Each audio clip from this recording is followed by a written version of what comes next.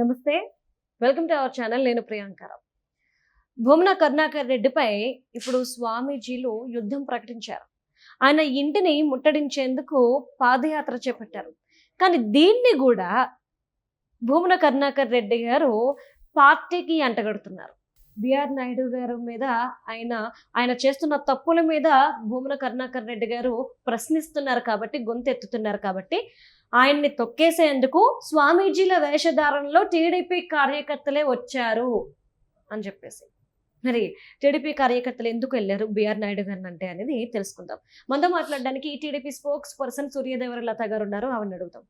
నమస్కారం మ్యామ్. నమస్తే మ్యామ్. అంటే భూమన కరుణాకర్ రెడ్డి గారికి బిఆర్ నాయుడుకి మధ్య గొడవలు ఉన్నాయనుకోండి, టీడీపీ కార్యకర్తలు ఎందుకు స్వామీజీల విషయంలో భూమన కరుణాకర్ రెడ్డి గారి మీదకి దాడికి వెళ్తారు?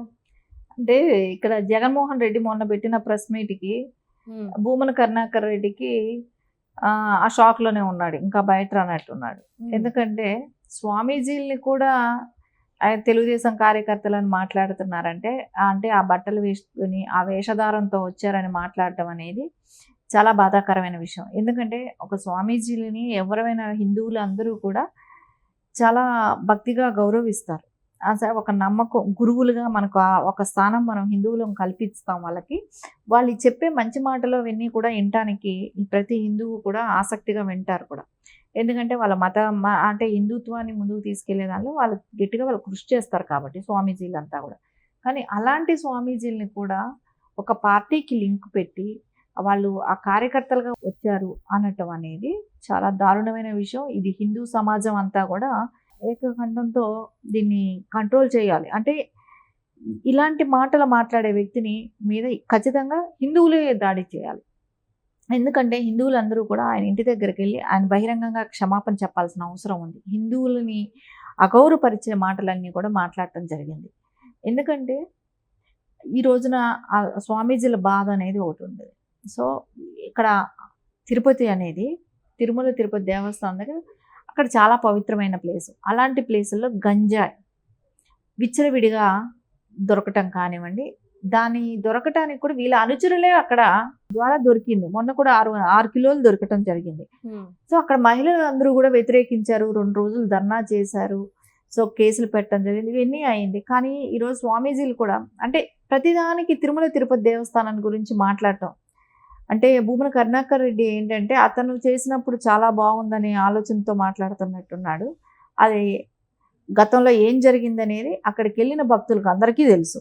గతంలో ఎంత దారుణంగా ఉండేది తిరుమల తిరుపతి దేవస్థానం. ప్రసాదాల దగ్గర నుంచి కానివ్వండి, క్యూ లైన్స్ పాటించకపోవటమే కానివ్వండి, అక్కడ క్యూల్లో పెట్టే ప్రసాదాలు కూడా పెట్టకుండా చేయటం కానీ, కల్తీ నెయ్యి కానివ్వండి, టికెట్ల రేట్లే కానివ్వండి, అన్యమత ప్రచారం చేయటం కానివ్వండి, అక్కడ ఎక్కువ ప్రతి దానిలోనూ వీళ్ళు పరకామణిలో వీళ్ళు దోచుకున్న విధానం కానీ ఇవన్నీ చూస్తుంటే తిరుమల తిరుపతి దేవస్థానంలో చాలా రకాల దారుణాలు వైసీపీ గవర్నమెంట్లో జరిగాయి అనేది ప్రతి ఒక్క హిందూ భక్తుడికి తెలిసిన విషయమే. కానీ అది దాని గురించి మాట్లాడకుండా దాని గురించి టాపిక్ వస్తుందేమో అనేది ఇప్పుడు కూటమి ప్రభుత్వంలో తిరుమల తిరుపతి దేవస్థానంలో చాలా బాగా మంచి సౌకర్యాలు ఉన్నాయి. బిఆర్ నాయుడు గారు అయితే ఒక విషయం ఆయన గురించి చెప్పాలంటే కూడా ఆయన అట్లీస్ట్ టీటీడీ దేవస్థానం వెహికల్ కూడా వాడుకోరు. ఆయన సొంత వెహికలే వాడుకుంటారు. ఎందుకంటే నాకు దేవుడు సొమ్ము తిన్నట్టు ఉంటుంది, సో నాకు ఆ వెహికల్ కూడా నేను వాడుకోను, ఓన్లీ సేవ చేయటం వరకు వచ్చాం, సేవ చేస్తానని. అలాంటి వ్యక్తిని కూడా నువ్వు ఇలాంటి మాటలు మాట్లాడుతుంటే టికెట్లు అమ్ముకుంటున్నారంట. అక్కడ ఏఐ టెక్నాలజీ తీసుకొచ్చారు తిరుపతి తిరుమల దేవస్థానం. మనం అంటాం కదా ఆన్లైన్లోకి వెళ్ళినప్పుడు ఎక్కడ కరప్ట్ జరగదని అంటారు కదా, ఇంకొక మెట్టి ఎక్కడనెట్టే కదా ఏఐ అంటే ఇంకొక మెట్టి ఎక్కారు ఆన్లైన్ దీనిలో. సో నీకు అక్కడ ఎట్లా కరప్ట్ అవుతుంది? ఆ మాత్రం నాలెడ్జ్ లేదా? నాలెడ్జ్ లేని వ్యక్తులు ఇన్ని రోజులు మనల్ని అక్కడ టీటీడీలో ఉన్నారంటానికి మనం బాధపడాల్సి వస్తుంది. సో పారదర్శకంగా అన్నీ కనపడుతున్నాయి, ఎక్కడ కరప్ట్ అనేది లేదు. సరే ఈ రోజున ఇంత బాగా ఉన్న దానిని నువ్వు అసత్య ప్రచారాలు చేయమాక అని హిందువులందరూ కూడా బాధపడ్డ విషయమే.